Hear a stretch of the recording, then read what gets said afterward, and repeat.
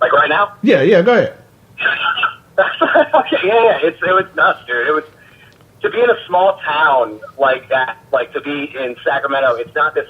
I relate it to Orlando, but if you take away the theme parks, like if you look at Orlando as the city it is, it's a tiny little place, really, without Disney, without Universal, all that. Sacramento's that same kind of tiny place. And when there's a one-trick pony kind of city like that only has the one professional franchise, it's everything. Like when they went to the playoffs, I think it was like 96, and they beat Seattle once in Seattle, and there was an earthquake that registered. We had the rattle Seattle thing going. We lost that series 3-1 in the first round of the NBA playoffs. But that's how big it was to that little town. It was that one thing for us to cling to.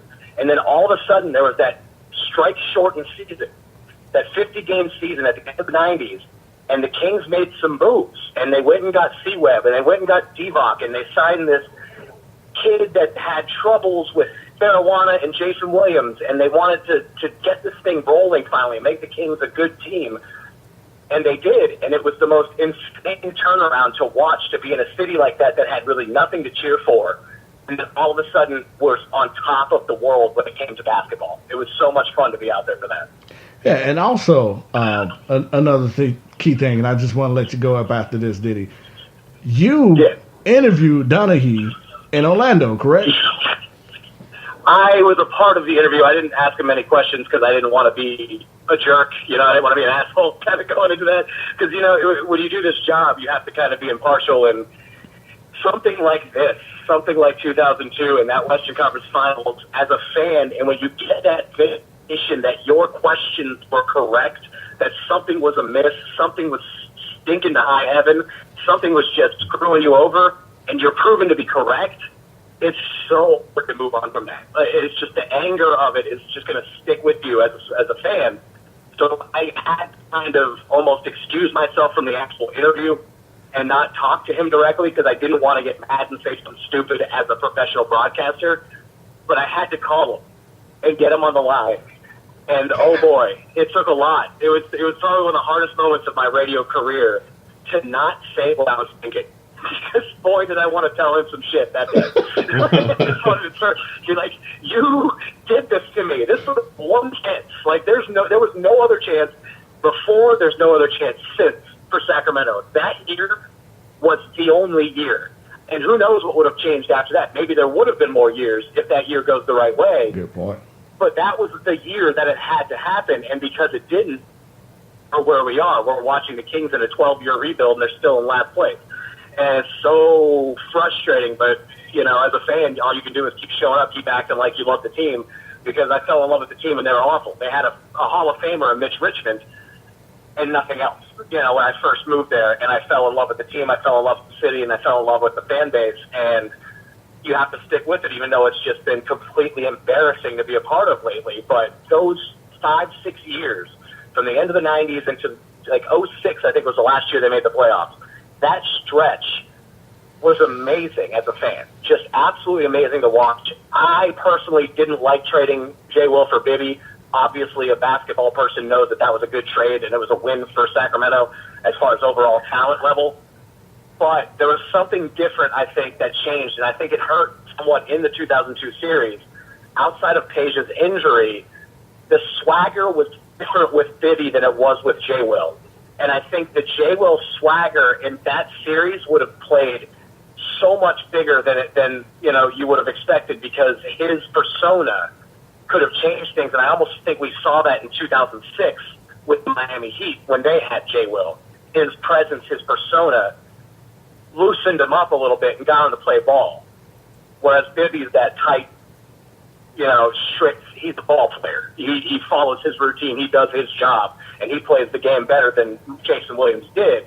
But Jason Williams had that second level, that extra wrinkle that made this team kind of mesh. And part of me almost thinks that trade hurt that 2002 series as well. But it still always comes down to the fact that Tim Donaghy and the referees completely jobbed the Sacramento Kings, and there's no question. Yeah. Hey, and I'm going to let you go after this, but did you know that all the referees involved went to the same high school? I did. Yeah, it was, they screwed the Kings, man. Yeah. And in your research, did you see the accusations from Tim Donaghy about Dick Bavetta being the company man point of the? Mm-hmm. Yeah, this isn't the only time it happened, according to Tim Donaghy, and Dick Bavetta was in charge of a lot of it. Yeah, with Dick Bavetta, mentioning that, he actually reffed the infamous Jordan game, the push-off. Yep. Which a lot of people think that should have been an offensive foul. As a Bulls fan, say no, thank you, Dick, for that. But he was the key referee, and Donaghy was notorious for saying that Bavetta is quote unquote was called a company man and do whatever is best for the NBA. But Diddy, I'm going to let you go, man. I will appreciate you giving me a call in, man. Yeah, no. I just think it's one thing. Stern needed ratings. Stern knew that he was fourth in the country at that point in time. The NHL was better than the NBA when it came to ratings post-Jordan. And he knew he had to do something in that early 2000s era where basketball was kind of making a weird transition into what it is now, which is fun again. But it was weird at that point in time. You had a couple teams. You had the Suns were fun, the Kings were fun, the fun and gun teams were there, but it wasn't quite ready to move on from Jordan yet. They were still stuck in the Jordan era. And Stern knew that he needed to make money. And he wasn't going to make money off of Sacramento Kings, Boston Celtics finals. He was going to make money with star versus star, Kobe versus Kid, Kobe versus AI, whatever it was in those handful of years right there. They did not want an upstart Sacramento team in the finals, and they definitely didn't want a Boston team at that point in time that didn't have the allure of a Boston team.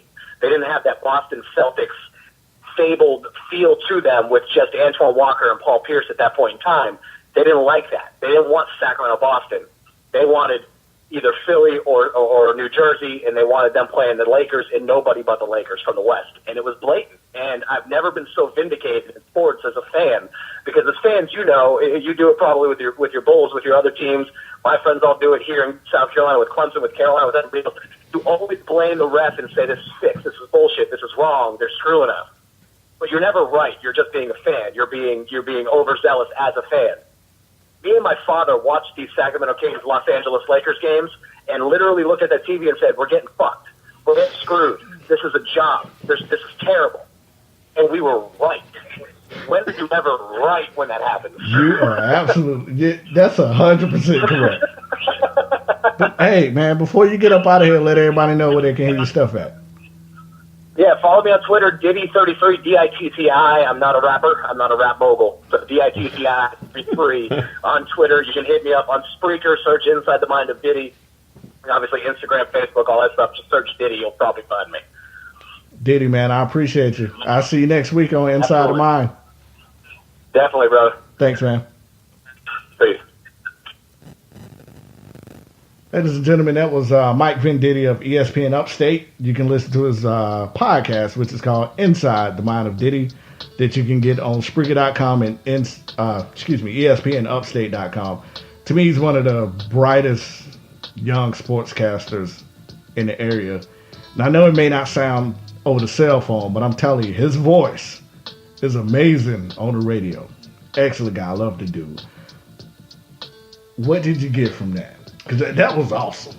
I was amazed. Like, just to even like hear from someone that spoke with Donaghy and kind of has that direct connection to Sacramento. But it was also cool to hear his perspective on it, because I feel like I didn't even have the same appreciation for how bad it was until he just said, like, I remember those Mitch Richmond years. Like, they had nothing before that, and they haven't had anything since. And so it's like, for that area of the country, for that fan base, it's like way more crushing than it was for me, because I became a fan in the J. Will era, and so it crushed me, but I didn't have the history and it didn't continue. You know, for someone that actually has that like fan base connection, it's like, I didn't think of it that way at all, and he's absolutely right. That was probably it for Sacramento. Essentially, I would call it like their Dallas Mavericks moment. You know how the Mavericks had that one isolated championship? It kind of, I think that was like their year for something like that. But the NBA likes dynasties. It likes to have the Bulls or the Pistons win back-to-back, or have the Lakers win 3, then win 3 again, or star-driven league. Yeah, Spurs. They like certain teams to kind of control all the actual like finals.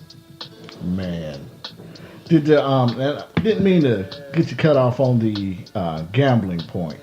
Did you get to touch on all those topics? Yeah, so basically just seeing how much money these guys were putting up, and these aren't, wealthy individuals. These are people, upper middle class people putting up significant amount of money into $1 billion industry that you realize the NBA is trying to merge with the gambling industry, trying to put a team in Vegas and trying to, and they're, Adam Silver has spoken out on legalization of gambling. He's for it. Of course he is. Like, it's just like Amazon trying to get into prescription meds. And they said, if we sink this deal, we will be $1 billion, worth $1 billion more overnight. Same thing for the NBA. It's like, if you can get gambling legalized and then merge with some kind of partnership, already have your foot in the door in Vegas, you're talking like exponential growth. And Method just broke down everything. What perfect timing. Cash rules everything around us, ladies and gentlemen. Hence the reason why the NFL are moving the Oakland Raiders to Las Vegas. The NHL already has a team in Las Vegas. NBA is looking into bringing a team in Las Vegas. And the NBA has already talked about, as you mentioned, making gambling legal. NFL is connected to DraftKings. Mm-hmm. It's coming. Yeah, man. There's gambling that's been around for years. I done said this before. I say it again. I don't care. Maybe Illuminati will get me. Michael Jordan did not retire because it was time for him to retire. If you think that, you can think that. But why would somebody, the greatest of all time, just stop? It was like, I know his father died, but why would he just stop? Deaths happen with athletes all the time. They go out and they play the game and put up a historical performance. Michael Jordan had a gambling problem. Sir. Big time gambling problem. To the point where Still David does. Stern, yes, absolutely, still does. Yep. It got to the point where David Stern did not know how to punish Michael Jordan. He's Michael freaking Jordan. He told him, if you get caught again with this gambling issue, and there's stuff behind it, they say that Jordan had got involved with like some big time gangsters, and that was not going to be good for the league. To the fact, and you can look it up, because Jordan had an out of court settlement with this guy, big time gangster, over some gambling issues. David Stern warned Michael once. Jordan being Jordan, he listens to nobody. He did it again. So they came to a mutual agreement. You step away from the league, let this die down, and you can come back. Jordan's interview, I think it was pregame interview, he looked at David Stern and said, "Thank you for allowing me to come back." Why would the greatest ever turn to the commissioner and say, "Thank you for allowing me to come back," unless he had to get a state of approval? Jordan got caught gambling. He had to step away. He played baseball, not because of his father, to stay in basketball shape. Once everything died down, the settlements were complete, Jordan came back to the NBA. NBA, gambling, mob, setup, screw jobs. It's been there. It's always going to be here. And as long as cash rules everything around us, like Method just told us, it ain't going nowhere. You got any lasting thoughts? I think you did it, man. I think you touched on it. I think the research was amazing. I was blown away. You told me stuff I hadn't even heard, and I've been looking into this for like a couple months. So, thank you very much. Well, guys, that's pretty much all we got. Once again, today's show is going to be a 2-part series. Me and Josh going to throw up some a little later, just wilding out on random topics. Talking about Jerry Jones calling the commissioner of the NFL a pussy. Excuse my language, but that's what he called him. I'm just quoting Jerry Jones. We're going to talk about that. LeBron and his antics. The Instagram post of the fist. Kevin Durant with his uncontrollable notion of cursing. We're going to discuss it all on the next podcast, but That's all I got today.